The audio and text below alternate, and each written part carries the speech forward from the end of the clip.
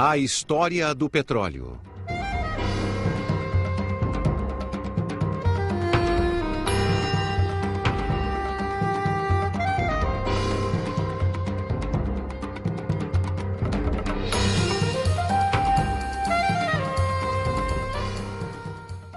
Apenas 100 anos depois do início da civilização do automóvel, os especialistas alertam que o homem já queimou cerca de metade das reservas mundiais de petróleo que a natureza levou milhões de anos para produzir.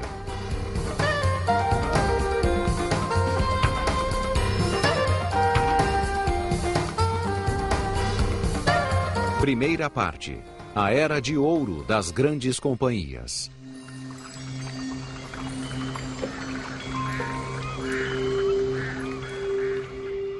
Assim que grandes quantidades de petróleo foram descobertas, grandes companhias, quase todas anglo-americanas, foram criadas para sua extração, refino, transporte e comercialização.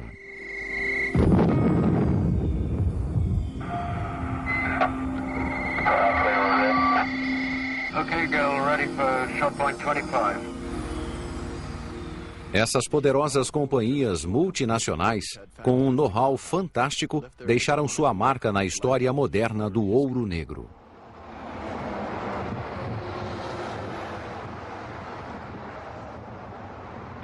A febre do ouro negro.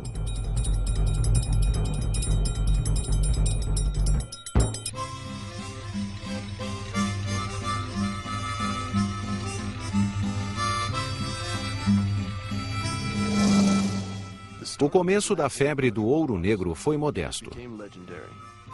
Ainda assim, tornou-se lendário.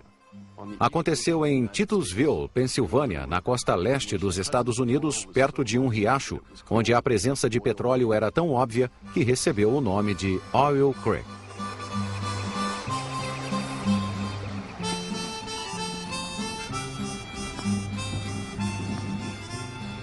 Well, in the initial early days, oil seeps out of the ground in certain places.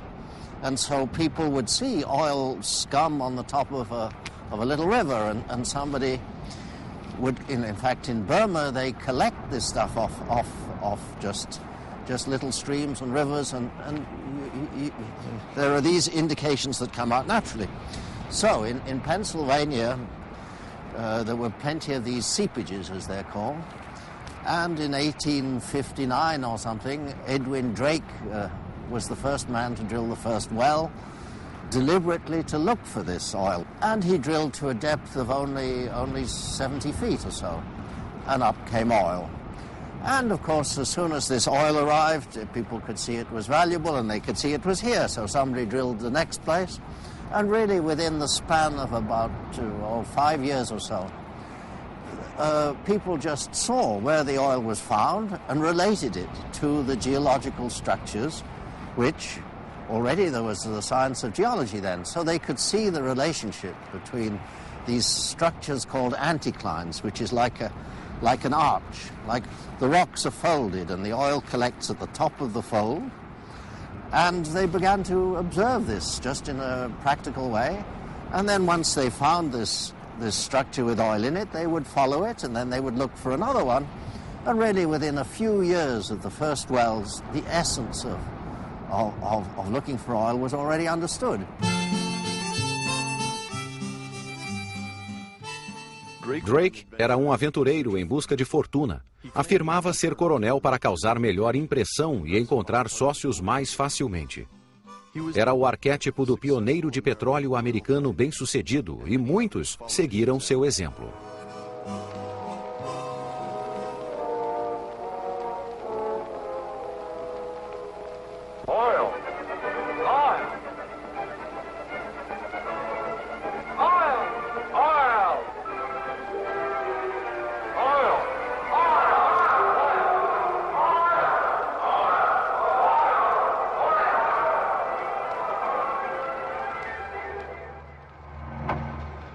Depois dessa descoberta, um frenesi de prospecção tomou conta da Pensilvânia.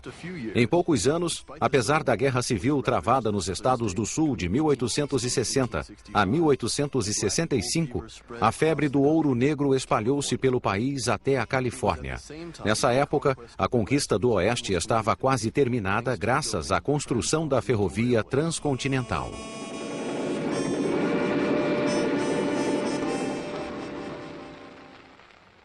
Em 1850, algumas décadas antes do automóvel, a necessidade de petróleo aumentou rapidamente devido ao desenvolvimento do transporte por ferrovia e da mecanização, que exigiam lubrificantes até então produzidos apenas com óleo de baleia. A matança de baleias devido à pesca intensiva provocou o decréscimo da produção e o aumento dos preços. O lubrificante à base de petróleo era mais barato e mais eficiente. Seu uso salvou as baleias da morte certa. Ao mesmo tempo, houve uma grande mudança na iluminação doméstica quando as lâmpadas a óleo deixaram de ser privilégio da classe abastada. Os vendedores de óleo de parafina passaram a ser numerosos, até nos lugares mais distantes. Os poços de petróleo americano podiam suprir todas as necessidades.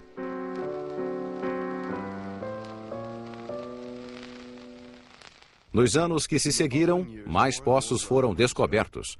Em Oklahoma, Louisiana, Ohio e Texas, as torres surgiam por toda parte. Um jornal da época disse que formavam uma floresta tão densa que se podia andar de uma torre para outra sem tocar o chão.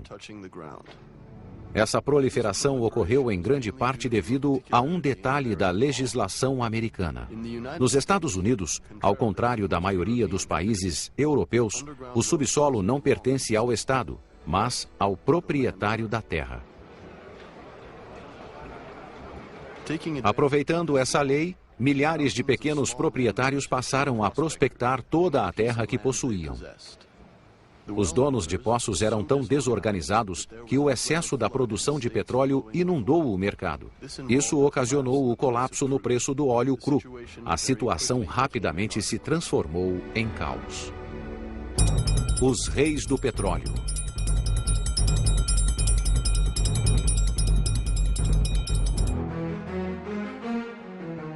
John Rockefeller, um ambicioso jovem de 24 anos, percebeu rapidamente que poderia se aproveitar da situação para fazer fortuna.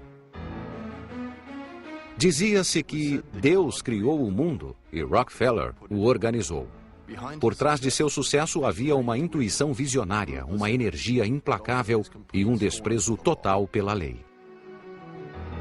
Ele disse aos proprietários: arrisquem seus dólares para encontrar novas jazidas e quando encontrarem petróleo, irão precisar de mim para o transporte, refino e comercialização. Foi assim que em 1870, aos 31 anos, ele fundou uma empresa que se transformou em lenda, a Standard Oil. Le coup de génie de Rockefeller a été de standardiser la production de produits raffinés. Tout est dans le mot standard que l'on trouve dans le nom de son groupe, du groupe de l'Empire qu'il a créé. À partir du moment où l'on pouvait mettre sur le marché un produit ayant des normes, des spécifications standards pouvant être utilisées par des gens très différents, la voie a été ouverte à l'utilisation à grande échelle du pétrole. Et en particulier par les voitures automobiles, puisque les deux industries se sont développées en parallèle à cette époque. Les automobiles avaient besoin d'un produit standard et le pétrole avait besoin d'un marché standard, en quelque sorte. Donc le coup de génie de Rockefeller est d'avoir vu, d'avoir perçu cette fenêtre d'opportunité et de l'avoir saisie. Desde o princípio, Rockefeller impôs suas regras aos pequenos proprietários e venceu todos os concorrentes. Qualquer meio era aceitável para obter seus fins, inclusive chantagem, corrupção de políticos e juízes, espionagem industrial e violência. Um exemplo disto foi a guerra que travou com os donos de oleodutos. Quando estes o desafiaram, ele não hesitou em enviar seus homens para sabotar as instalações. Seu desejo de sucesso era insaciável. Em poucos anos, Rockefeller estabeleceu um verdadeiro império do petróleo, com 70 empresas reunidas à Standard Oil. Na terra do livre empreendimento, tanto poder transformou Rockefeller no homem mais odiado dos Estados Unidos. A imprensa fazia violentas campanhas contra ele. Em 1890, pressionado pelos magnatas independentes do petróleo, que estavam quase arruinados, o Congresso americano votou em Sherman Antitrust Act. Depois de 20 anos de batalha legal, Rockefeller foi obrigado a dividir a Standard Oil em 34 empresas concorrentes. Apesar desses pequenos contratempos, Rockefeller manteve seu poder, fortuna e influência nos círculos dos magnatas do petróleo. John D. Rockefeller entered the business soon after the discovery of oil at the Drake well. He was an organizational genius and a very ruthless competitor, and that combination was what was needed in this early period. He looked in the industry and he saw chaos, and his accountant's mentality, his accountant's soul, convinced him that he was the one who could impose order on that chaos. Over about 30 years, he moved toward the model of vertical integration, connecting refining to transportation to marketing and finally oil production into the mix. And that did become the model for every major oil-related company in America for the next 50 to 75 years. Com a globalização industrial, o modelo de Rockefeller foi adotado na Europa pela empresa anglo-holandesa, cujo símbolo é uma concha de vieira.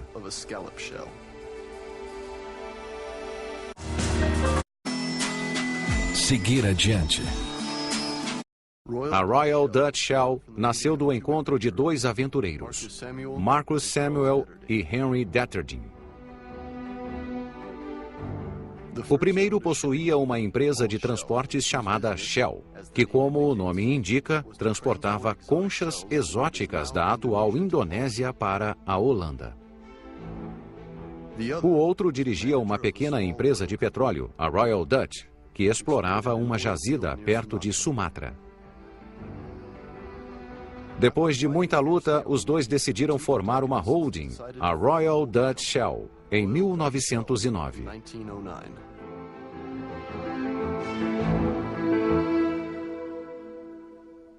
Royal Dutch Shell was one of the first movers in the globalization of the international oil industry. One of the two first movers, really, the European equivalent, if you like, of J.D. Rockefeller's Standard Oil. The most powerful man in this new combination was Henry Detterding. And he was really the equivalent European figure of John D. Rockefeller in the United States. He transformed Royal Dutch Shell into a global oil company before World War I. Logo, a Royal Dutch Shell concorria com a Standard Oil em todas as jazidas do mundo. Na Romênia, por exemplo, na fronteira com os Cárpatos, a antiga exploração artesanal de petróleo passou por uma verdadeira revolução industrial no final do século XIX. Embora existissem muitas outras empresas estrangeiras, a Shell e a Standard Oil controlavam a maior parte do petróleo desse país.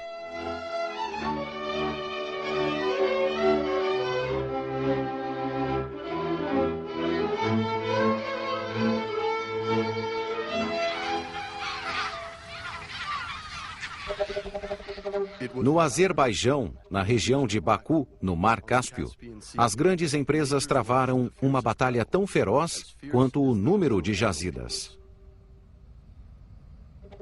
Bibi Hebat, um dos primeiros campos gigantes do mundo, começou a ser explorado em 1901. 2.500 anos antes, os fogos eternos de Baku, que se incendiavam inesperadamente, deram origem ao culto persa a Zaratustra. O petróleo de superfície era explorado desde essa época. Em 1875, os irmãos Nobel, em conjunto com as empresas Rothschild e Shell, iniciaram uma exploração mais racional do petróleo. Construíram uma ferrovia e o oleoduto Baku-Bakun no Mar Negro, de onde vinha o óleo de parafina para distribuição na Europa Ocidental. Das lamparinas a óleo aos automóveis. Uma das maiores revoluções nos transportes começou no início do século XX, época em que a lamparina a óleo estava sendo substituída por gás industrializado e depois pela eletricidade. Essa revolução deu ao combustível à base de petróleo o importante papel que tem até hoje. About the turn of the 20th century, the industry had been a producer of kerosene for lighting and heating purposes. At the same time, in the United States and in Europe, there was an ongoing quest for some form of automobile.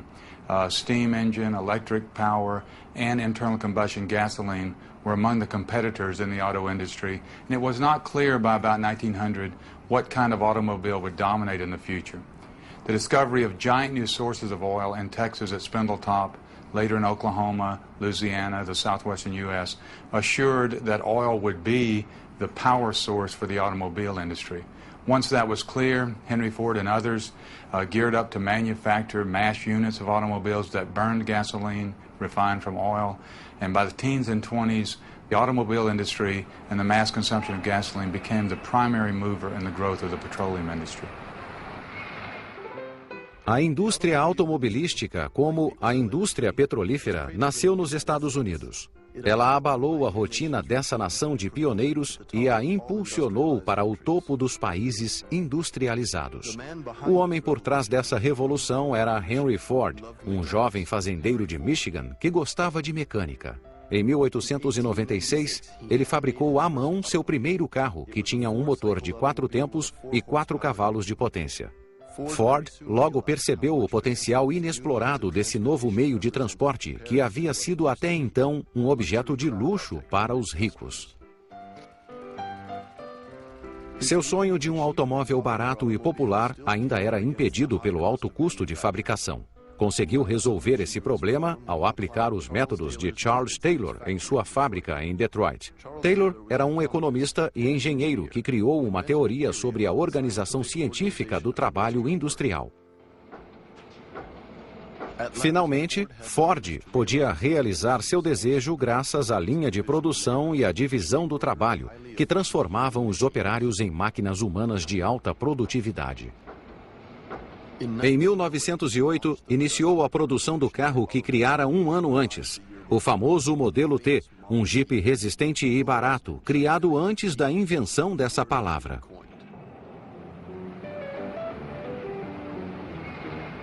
Em 15 anos, 15 milhões de modelos T foram vendidos em todo o mundo. Ele se transformou no símbolo da civilização do automóvel e provocou o triunfo do combustível à base de petróleo.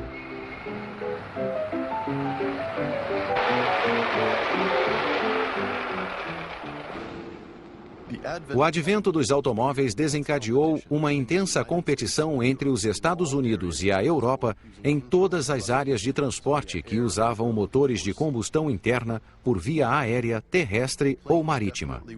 Os aviões venceram a concorrência dos meios de transporte mais leves que o ar, que eram versões modernas dos antigos balões. A supremacia do carvão recebeu o primeiro golpe quando os motores a diesel, derivado do petróleo, passaram a ser usados em navios. O governo britânico, cujo poder marítimo estava no auge, interessou-se pelo petróleo devido à mudança tecnológica do carvão para o petróleo. Oil became important to the British government early in the 20th century, principally because oil was a much superior fuel to coal for the Royal Navy, and Britain at the time was engaged in a race with Imperial Germany for naval supremacy. That was the principal reason for the British government seeing strategic significance in having oil supplies.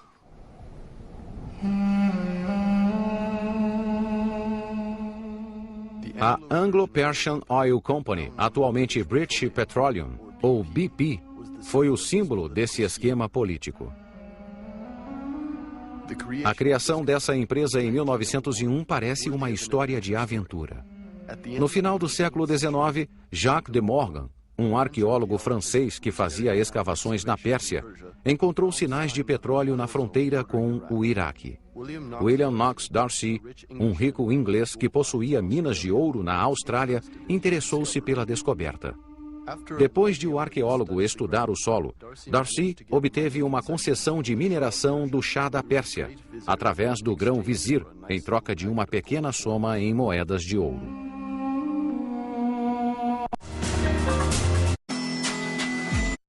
Petróleo, sangue e guerra.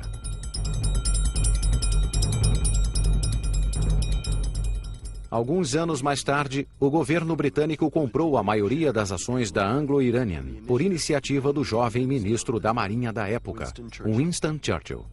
Ele acreditava na importância estratégica do petróleo no caso de conflitos futuros. Infelizmente, a Primeira Guerra Mundial, que eclodiu logo depois, provou que estava certo. Todavia, essa guerra havia começado de uma forma muito convencional, com cargas heróicas de cavalaria e pesados ataques de infantaria que dominava todas as batalhas. Uma revolução na arte da guerra começou a tomar forma. O glorioso episódio dos táxis do Marne prenunciou-a. Em 1914, 1.100 táxis parisienses foram requisitados para transportar 5.000 soldados para a linha de frente, que os alemães ameaçavam atravessar. Paris foi salva graças à velocidade da intervenção.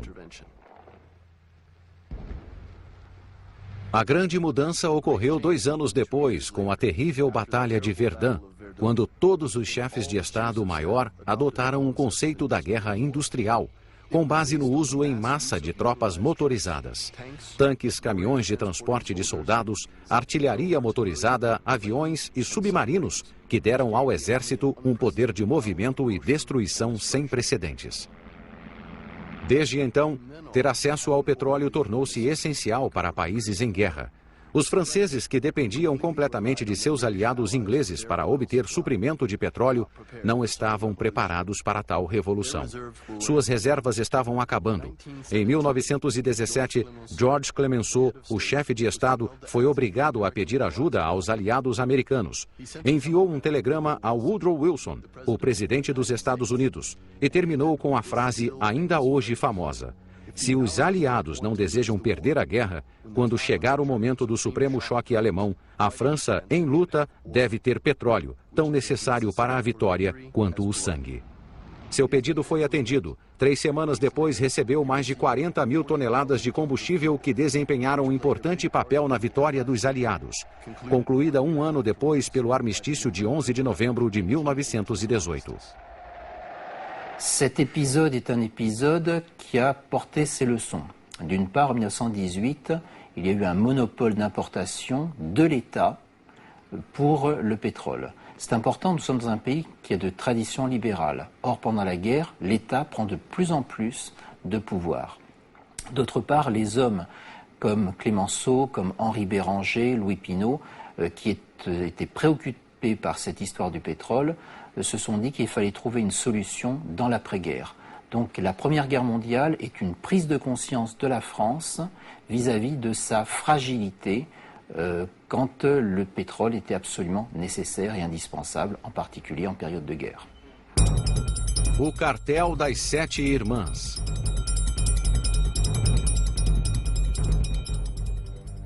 A França lançou-se em uma política ativa de petróleo a fim de garantir seu suprimento.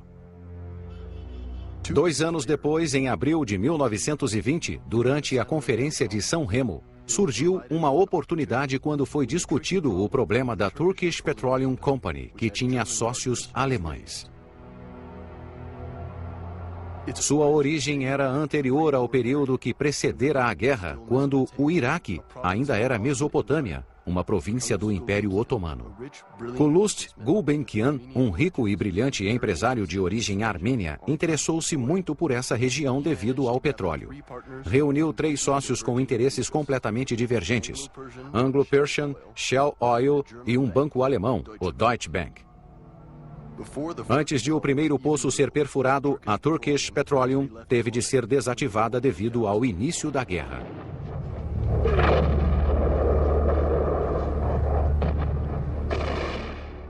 Tudo mudou depois da vitória. Os aliados dividiram o Império Otomano, que apoiara os alemães. Os franceses e os ingleses dividiram os despojos do Império. A França ficou com a Síria e o Líbano. A Inglaterra com a Palestina e o Iraque. Depois se discutiu o destino da Turkish Petroleum Company. Na verdade, os ingleses pensaram que seriam os únicos a explorar as riquezas petrolíferas de seu mandato no Iraque. Mas não haviam considerado a posição da França. Depois de negociações acirradas, a França ficou com os 25% alemães da Turkish Petroleum Company, a título de indenização de guerra. Essa vitória levou à criação da French Oil Company, a CFP, predecessora da Total. Os americanos também queriam que os aliados lhes dessem uma fatia no bolo do Iraque e a conseguiram. Assim foi formado um consórcio controlado pelos ingleses, Iraq Petroleum Company, incluindo a Shell, a Anglo-Persian, a CFP e a americana NEDEC.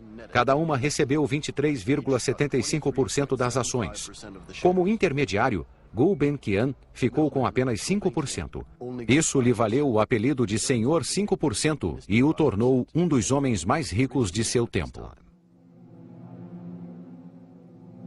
Depois da assinatura desse acordo, começou o trabalho de exploração. O antigo sonho de Gulbenkian iria se realizar. Depois de dezenas de expedições geológicas mal-sucedidas, a pesquisa concentrou-se ao redor de Kirkuk. Às 3 da manhã de 14 de outubro de 1927, um estrondo tremendo sacudiu o deserto. Um jorro de petróleo saía do poço número 1 de Baba Gurgur. Era tão forte que foram necessários 700 homens para conter a verdadeira maré negra que ameaçava Kirkuk.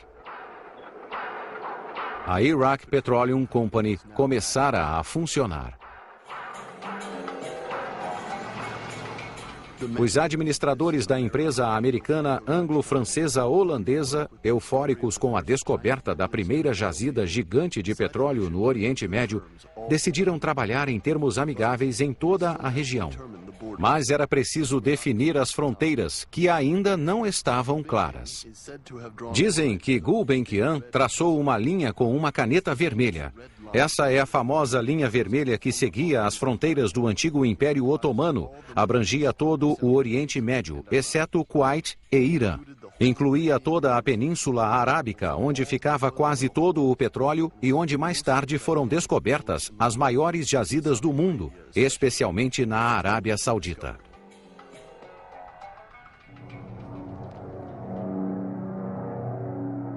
Desde o final da Primeira Guerra Mundial, o petróleo causou profundas mudanças na sociedade das nações industrializadas. A criação da Iraq Petroleum Company é o indício mais visível. Os Estados Unidos foram o primeiro país a produzir, consumir e exportar petróleo no mundo, e mantiveram sua supremacia até o final dos anos 60. A indústria automobilística floresceu graças à imensa expansão da indústria petrolífera, que fornecia combustível barato e aparentemente inesgotável para todo o país.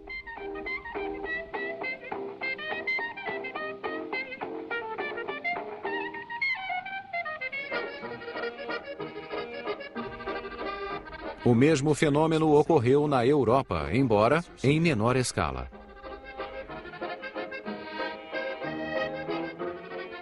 A necessidade de petróleo aumentava cada vez mais e desencadeou uma feroz competição entre as grandes companhias e empresas independentes dos dois lados do Atlântico, pois todas queriam conquistar novas jazidas nas partes mais remotas do mundo.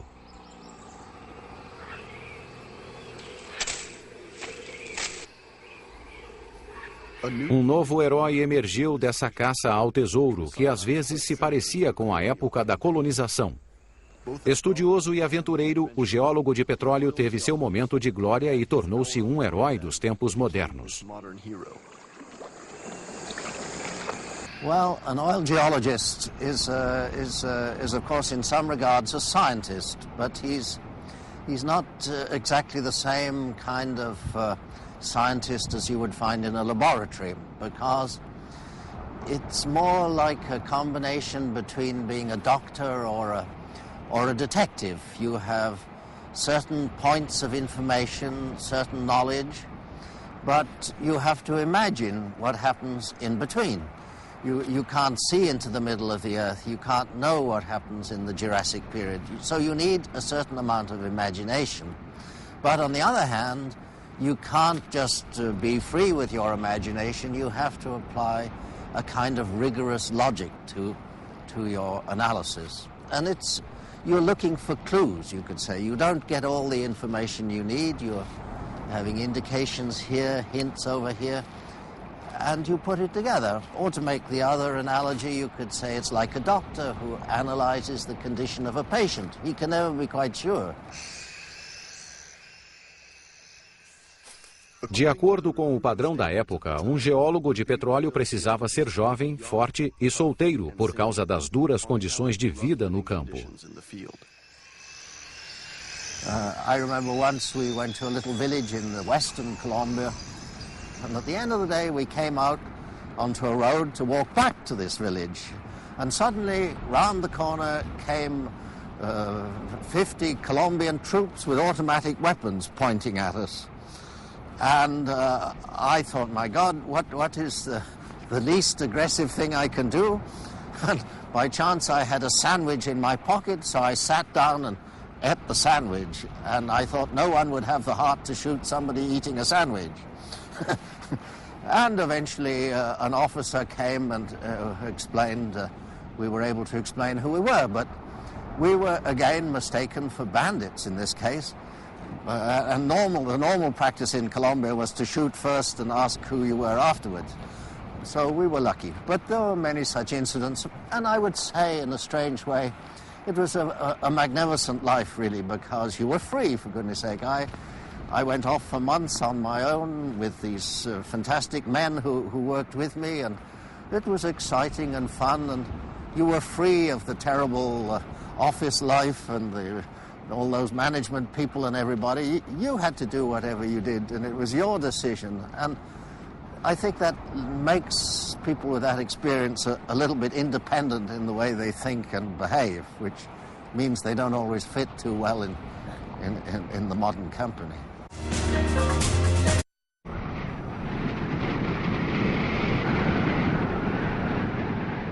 Durante as primeiras décadas do século XX, os geólogos de petróleo e suas equipes fizeram muitas descobertas nos países do hemisfério sul. Os governantes desses países, que em sua maioria tinham estilo de vida antigo, não sabiam como avaliar quanta riqueza o petróleo representava ao se reunirem com os líderes das grandes companhias. Dans les pays du Moyen-Orient et les pays producteurs de pétrole en général, ce qu'on appelle concession, en fait, c'était des accords signés ou parfois marqués de l'empreinte digitale d'un cheikh ou d'un émir par-ci par-là, pour que des sociétés étrangères viennent faire tout. C'est-à-dire, ils exploitent le pétrole de A à Z. Exploration, production, transport, raffinage, etc.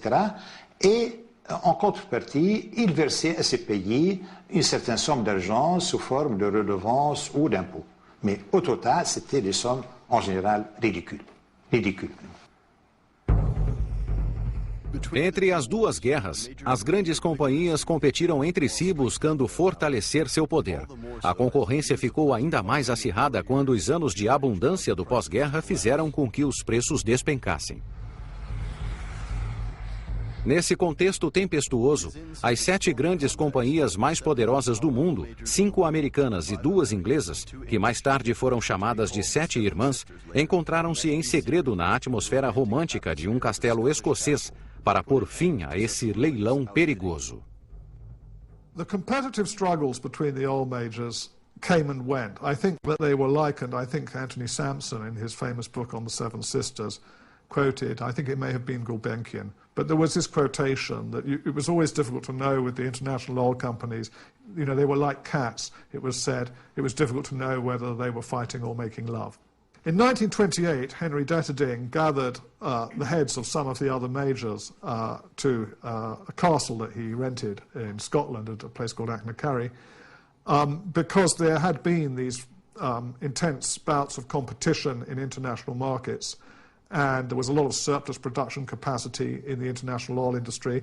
And I suppose much as OPEC ministers might later have met under similar conditions to try to regulate that process, to try to stop the market being glutted with oil, the purpose behind the meeting at Taknakari was to try to control production, to control the world oil industry, so that prices would be stable, the world wouldn't be flooded with oil. So it was a cartel that was proposed and which resulted from the Taknakari agreement.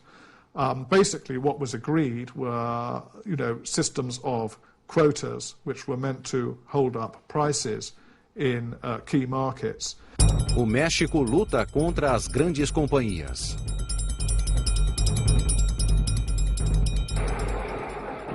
Nas décadas que se seguiram, os países do Hemisfério Sul tentaram, com maior ou menor grau de sucesso, libertar-se da hegemonia das Sete Irmãs.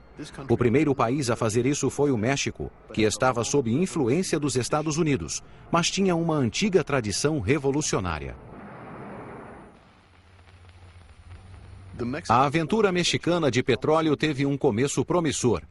Já no início do século XX, o México, onde havia muitos sinais de petróleo, atraiu prospectores e especuladores, em sua maioria ingleses e americanos. O governo modernista da época queria desenvolver os recursos econômicos de seu país de modo similar a seu vizinho americano. Para incentivar a vinda dessas pessoas, o governo deu vantagens especiais às companhias petrolíferas. Por exemplo, a isenção de imposto de exportação ou isenção parcial de impostos sobre o capital investido. No princípio, essa política de portas abertas permitiu que a produção de petróleo se desenvolvesse a um ritmo frenético, aumentado pela descoberta de diversas jazidas. As grandes companhias que se comportavam como donas do país tiveram então sua era de ouro. A Revolução Mexicana, entre 1913 e 1917, mudou drasticamente as relações entre o governo e as companhias petrolíferas, cujos privilégios foram questionados.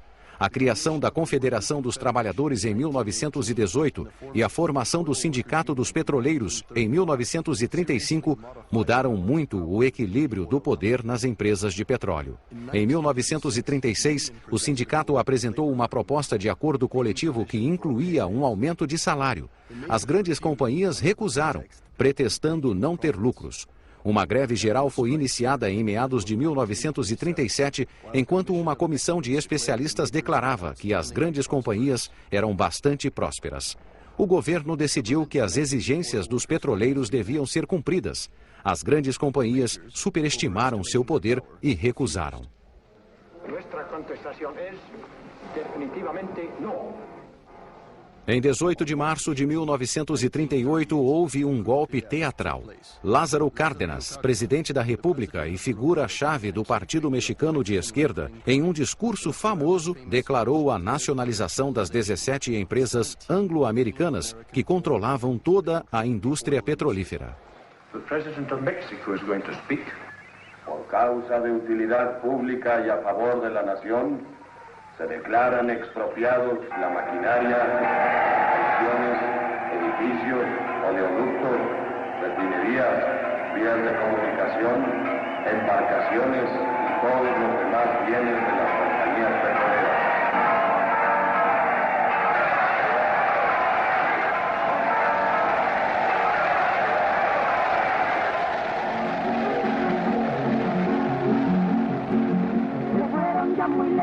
Los grandes poderosos y a nuestra linda tierra vinieron a explotar. Em uma grande onda de solidariedade, todo o país mobilizou-se para ajudar os petroleiros que estavam em extrema pobreza devido à greve.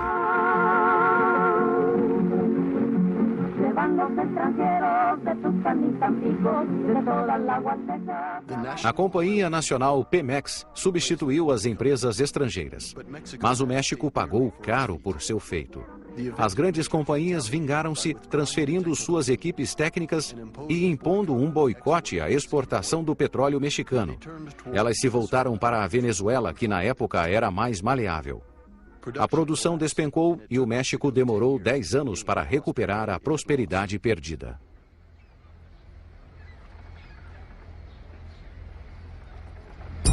Um oceano de petróleo.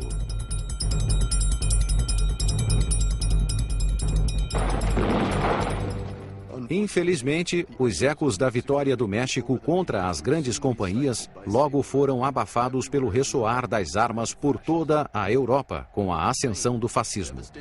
A Espanha, devastada pela Guerra Civil de 1936 a 1939, foi o ponto de ignição. Sustentada pela Alemanha nazista que se aliara a Franco, a Legião Condor experimentou em Guernica a nova técnica aérea de bombardeio em tapete. Esse episódio trágico foi um prelúdio para o uso em massa de forças motorizadas e, em especial, de forças aéreas durante a Segunda Guerra Mundial. Desde então, dominar a produção e o transporte de óleo tem sido um elemento-chave para a vitória.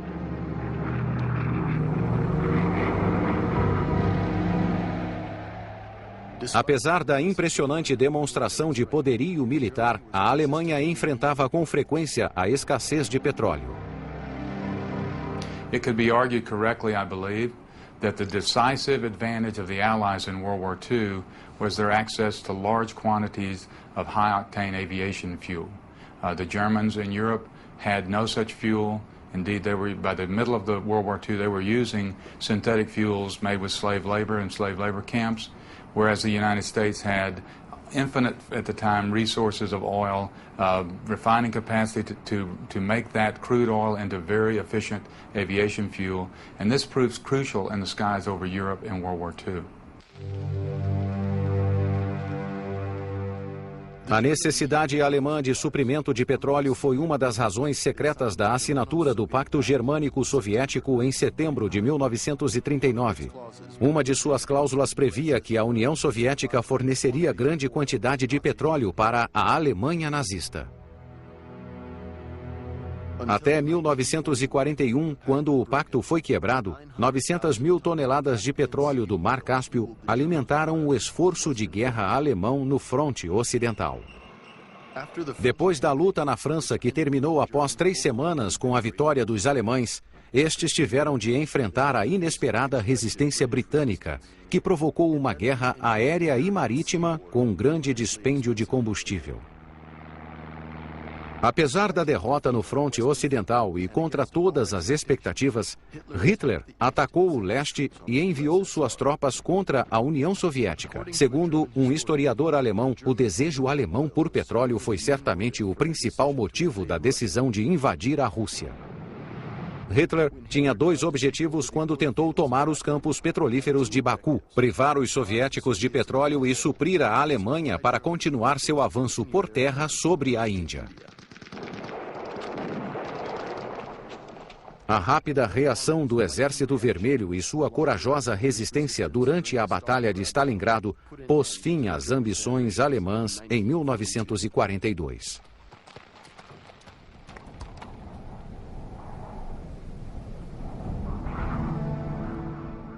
No mesmo ano, a ofensiva de Rommel, no Egito, acabou repentinamente por falta de combustível.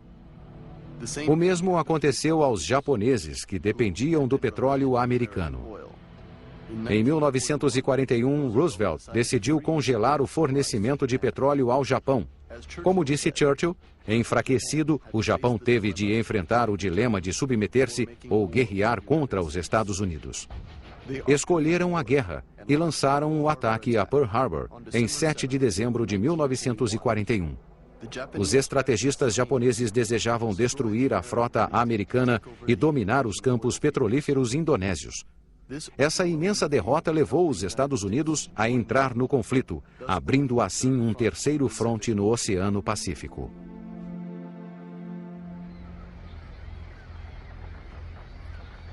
Os americanos voltaram sua poderosíssima economia para a indústria de guerra. O petróleo fluía livremente. Inúmeros navios-tanque, aviões e navios de guerra cruzavam o Atlântico entre os Estados Unidos e a Inglaterra. A Grã-Bretanha, em preparação para o dia D, estava armazenando um imenso arsenal.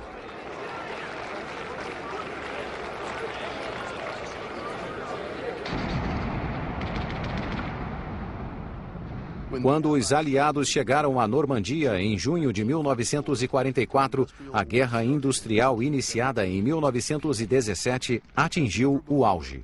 Como nunca antes, sangue e petróleo invadiram a costa da Normandia.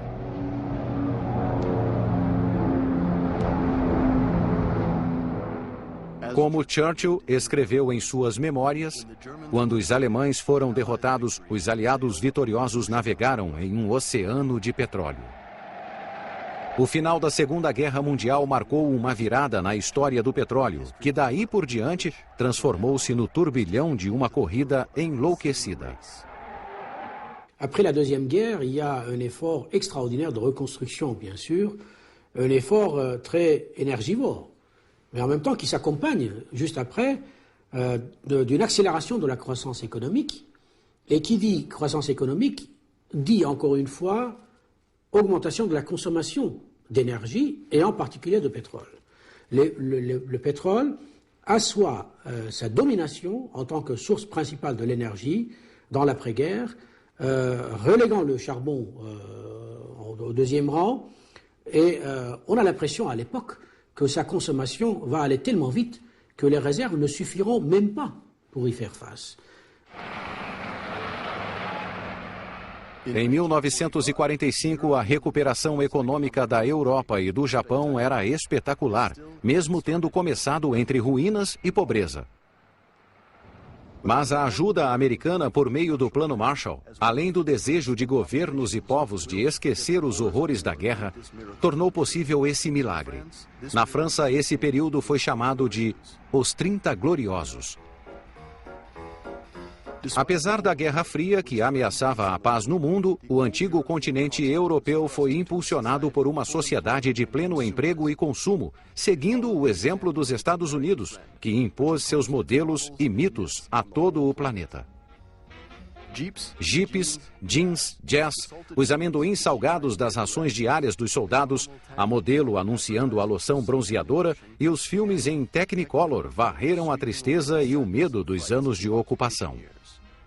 Os europeus também descobriram as maravilhas dos produtos derivados de petróleo e os objetos de plástico invadiram todas as casas. Os materiais sintéticos foram outro milagre da indústria petroquímica que alcançou um enorme sucesso na Europa. Com a volta da paz, costureiros engenhosos, frustrados por 4 anos de carência, transformaram paraquedas do exército americano em blusas e roupas de verão. O nylon transformou-se no símbolo do modernismo.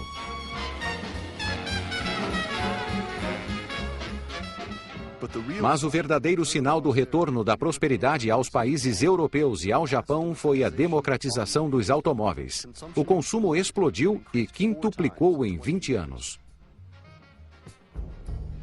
Esse fenômeno incentivou as grandes companhias a prospectar novas jazidas nos países do Hemisfério Sul, e especialmente no Oriente Médio. Foi então que esses países começaram a despertar e procurar formas de se libertar do longo controle ocidental. Esse foi o início do que ficou conhecido como nacionalismo do petróleo.